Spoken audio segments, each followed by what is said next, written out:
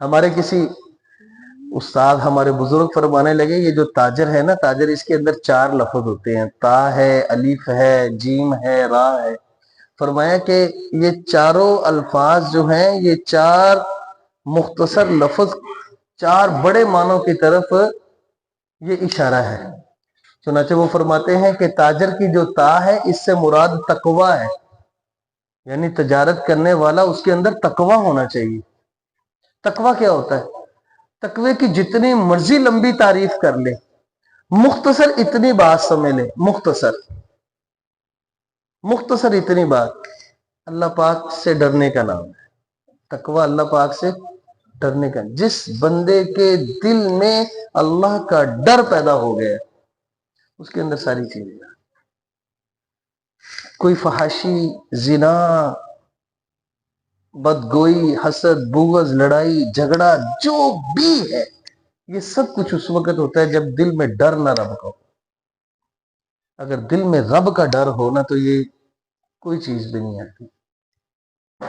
فرمایا تقوی کی تا سے، تجارت کی تا سے تقوی مراد ہے، اور الف سے امانت کی طرف اشارہ ہے کہ تاجر کے اندر امانت ہونی چاہیے، وہ امین ہو، امین ہو۔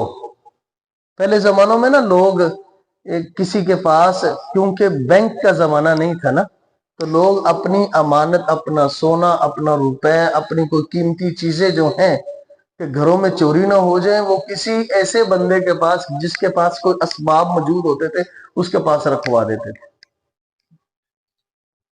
ہمارے والد صاحب کے دوست آج آئے ہوئے تھے، انہوں نے جمعہ ادھر ہی پڑھا،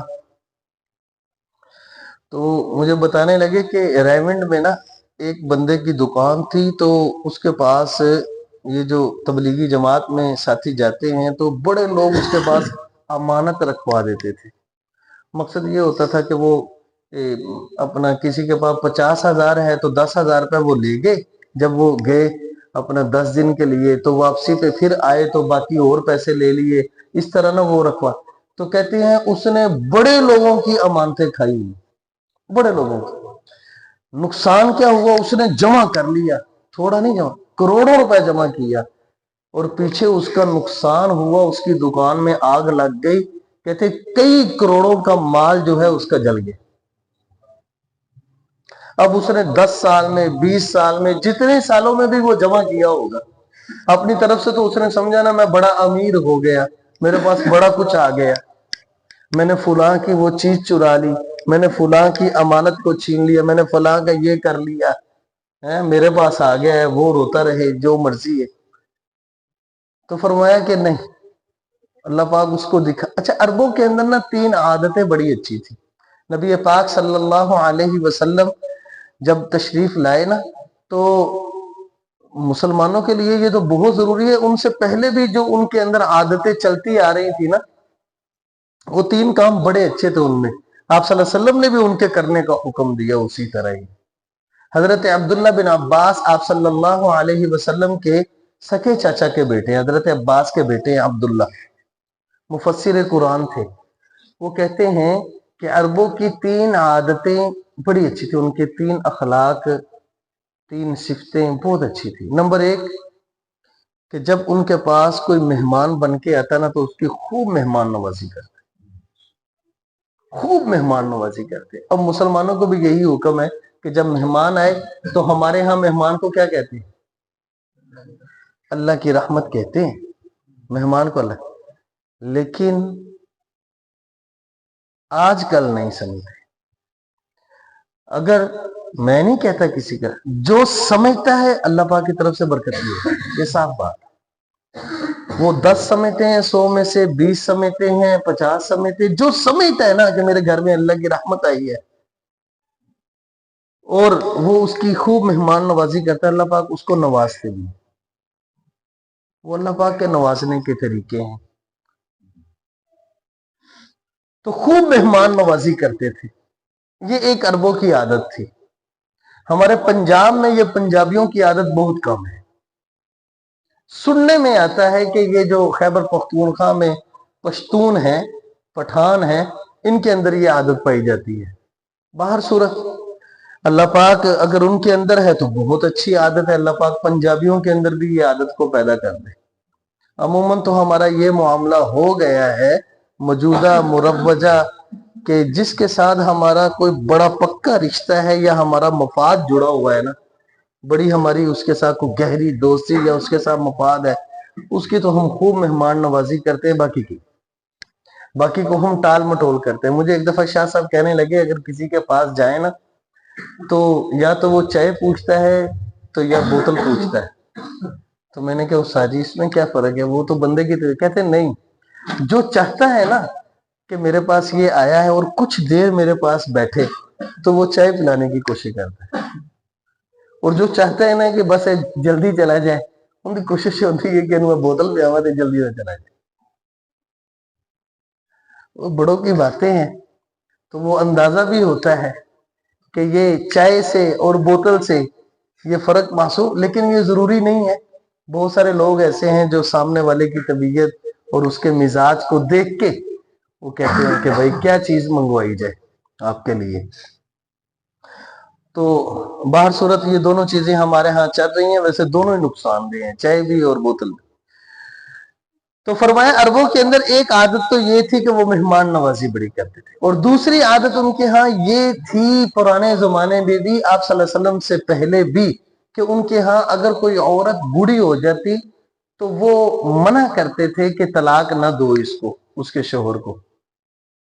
अगर तुम इसको तलाक दे दोगे तो ये इस बुढ़ापे में कहाँ जाएगी, बचाने की कोशिश करते थे।